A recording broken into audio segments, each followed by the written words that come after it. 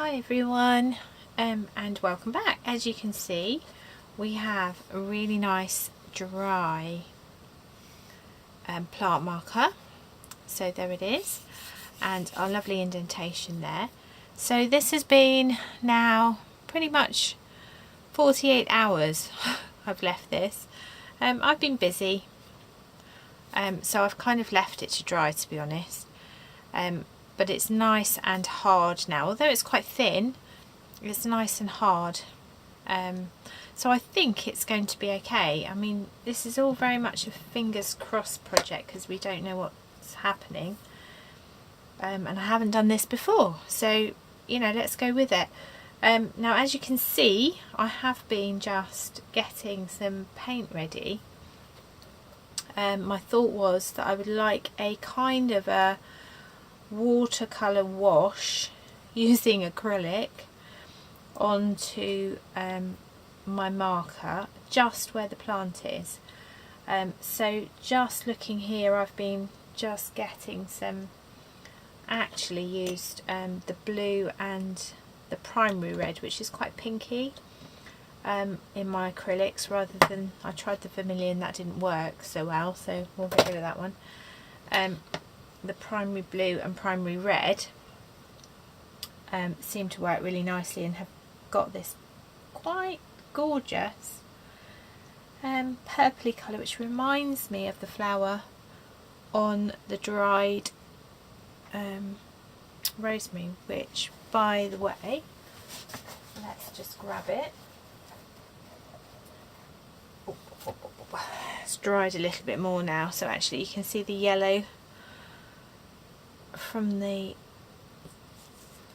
plant at the top there, but it does have these purpley hues here, and rosemary always reminds me of this kind of purpley colour. I actually like it where I've dabbed it off on the tissue there, so I don't want it too dark. I want it nice and light, and like I say, a bit watery really. So I've got my water there. This isn't Mod Podge, in case you can see my label. This is just water. I'm just using my Mod Podge pot. So I want something along the lines of that. I don't know if that's going to work on my clay, but come on, let's just give it a go, shall we? I want something like that.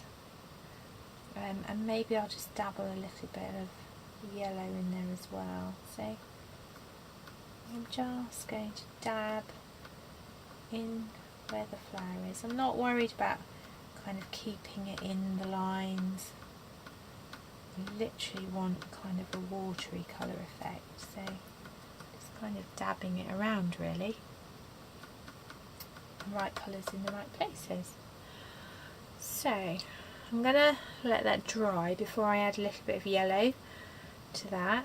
So I will come back to that, and also we can see if the paint stays or if it soaks into the clay, and hopefully that's another one of those, fingers crossed, that it will not go into the clay, not soak in.